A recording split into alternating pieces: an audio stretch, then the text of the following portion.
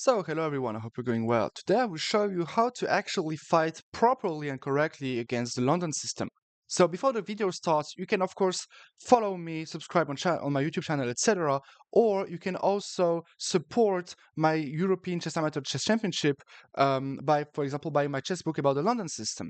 Now we will actually see how to fight against the London system before actually learning it. So I usually say start with knight f3 because if you start with d4, you have to learn a little bit of Benoni defenses, and I don't like it. Or you can play e4 and play a Smith-Morra with the white pieces.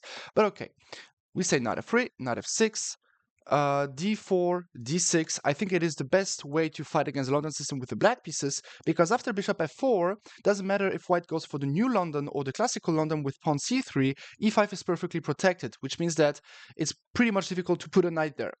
Okay, now the best move for black, I think, is actually pawn to g6.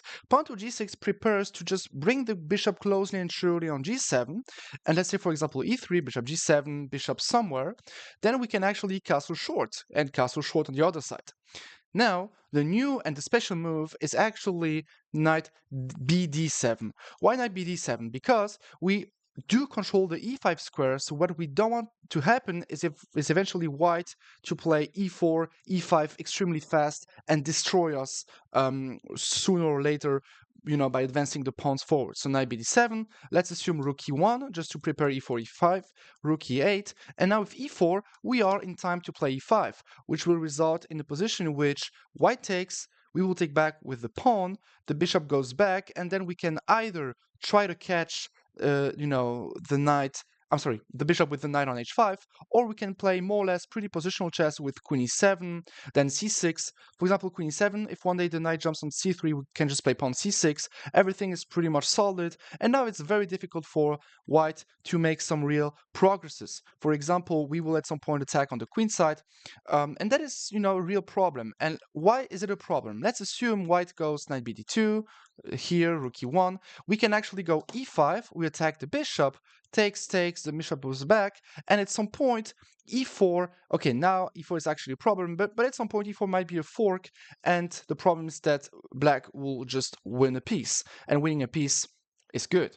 So, once we keep that in mind, we start to realize why pushing e5 is actually a really strong weapon when it comes to playing the London system. How should white proceed? White should actually play with bishop e2, so that one day when black will go e5, e4, the bishop won't be on d3 and won't get forked. And now, if we actually play the same position, let's say, for example, something like that, let's say, for example, rook e8, knight c3, e5, we can, of course, take, and I think it's probably the best, and play some strange positions like that, or even, I don't know, knight here is probably wrong, but like knight e2, and if you don't like these positions, you can just wait until black makes something. With the white pieces we don't have to take on e5, and for example, now if e4, this d5 is pretty much difficult to play, so white should at some point be able to build up some pressure, and that is why I would just recommend you to wait and build up the tension with, for example, something like queen e7, pawn c6, etc., like a classical king Sicilian setup or king Sicilian attack. Thank you very much for watching. If you have any more questions, just let me know in the comment section. I'll be there to answer you. Subscribe to the channel, support me. All the links are, of course, in the description. If you're looking for someone who can create your opening repertoire from A to Z, just go down in the comment section. I'll be more than happy. See you in the future. Take care.